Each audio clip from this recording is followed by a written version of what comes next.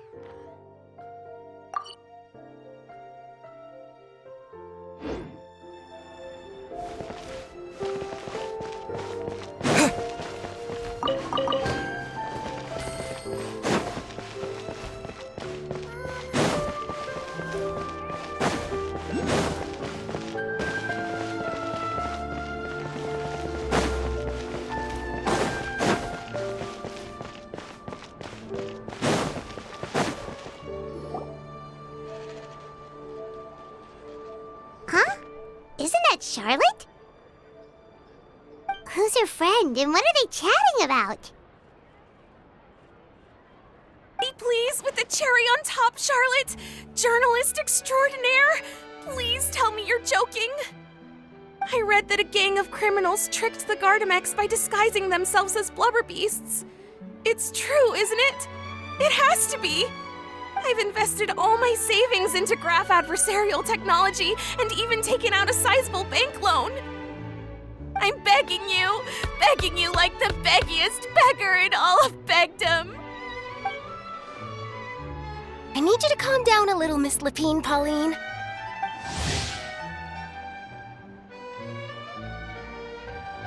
I admire your passion for your research, and I don't mean to dash your hopes for those, big-ticket orders. But I'm afraid I'm not joking. The Blubber Beast incident was a short story mailed to us by an anonymous amateur author, written in the style of a true story.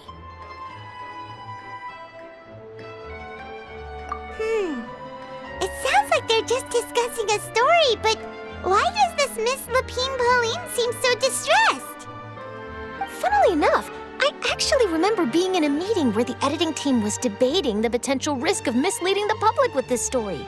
They even went to Maison Gardiennage for advice. But to our surprise, they fully supported us printing it.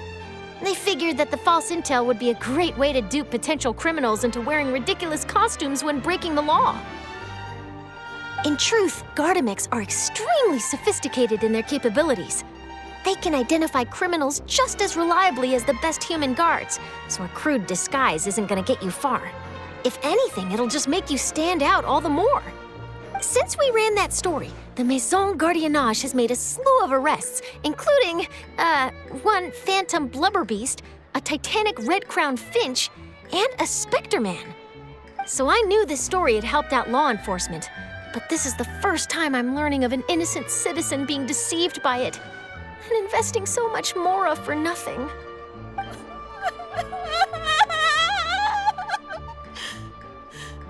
Uh-oh. She really sounds like she's in pain. Paimon thinks we should just ask Charlotte what's going on. Hey, Charlotte! Traveler, Paimon, it's you! I was in the area taking some photos for a story when I got to talking to Miss Lapine Pauline about her research. She read an article in the Steambird about a criminal who evaded Gardamex detection by disguising themselves as a blubber beast. Inspired by this story, she spent a lot of mora researching counter-criminal image recognition technology. Her aim was to improve Fontaine's public security by developing a device that could enhance Gardamex target recognition capabilities. She was hoping I could write an article to spread awareness about image recognition technology. She even paid me for the article and gave me one of her prototype devices before I could get a word in. But unfortunately, it was just a fictional story, and her efforts and aspirations were all in vain. I tried to let her down gently, but she's finding it all very hard to accept. This is a new situation for us, too. It's such a pity. It seems like the author was only trying to make the story interesting, and the Maison Gardiennage only had Fontaine's best interest in mind. Wait, Miss Lapine Pauline, what are you doing? I'm gonna pick a fight with a Gardamex, head to the Opera at Biclez, and get a one-way ticket to the Fortress of Meropide. That way, I won't have to repay my debts. It's the only way I can afford to keep on living. Whoa, there's no need to go that far. I mean, come on, look at you. You wouldn't even dent the Gardamex armor. In all likelihood, they'd only hold you up at the Maison Gardiennage for a few days before letting you out, and then you'd still have to repay your debts. Actually, instead of going into the technicalities of that, how much did you actually invest? How bad can it really be? 270,000 mora. Okay, well, escaping to the Fortress of Meropide over a sum like that seems like a last resort. Surely there must be other options. Not anymore. I used to be an equipment supplier to the Fontaine Research Institute before that blew to pieces, and now I'm just a small-time engineer. I scraped together some savings over the past few years, but I put every last mora into this project, and now I'm left with nothing. It's not just my savings that are gone, it's my whole future as a graph adversarial technology specialist and my dreams of becoming a billionaire one day.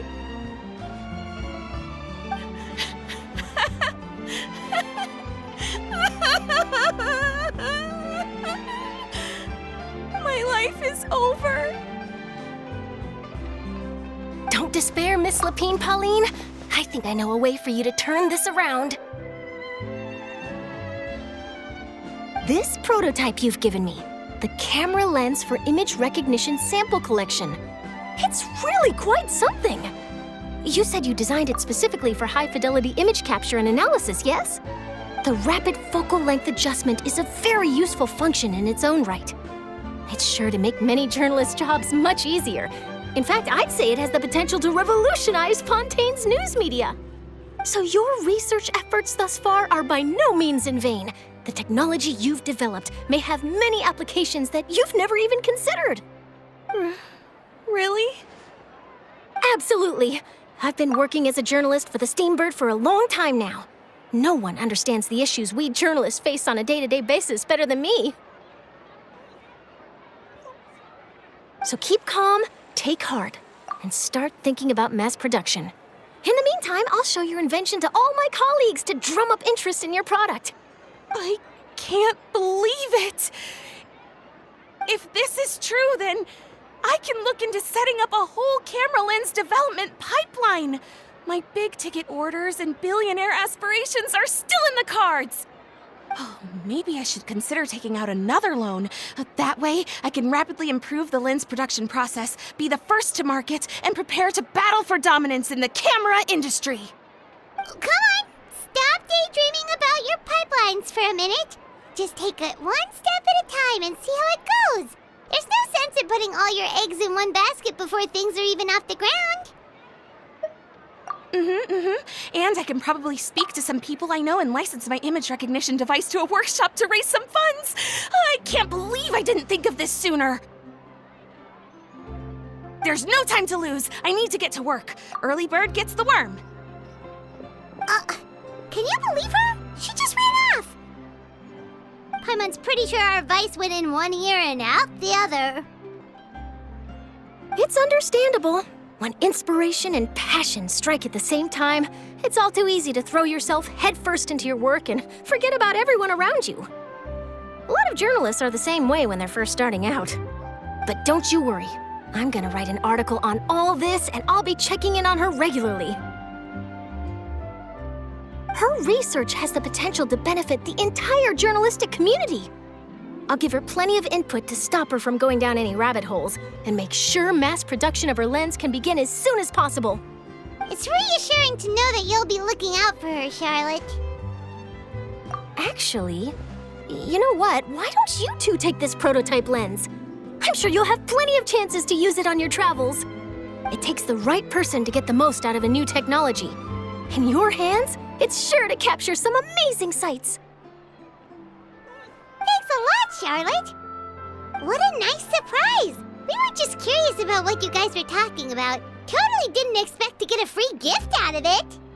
You're welcome. I got something out of this too. The beginnings of a very interesting news story.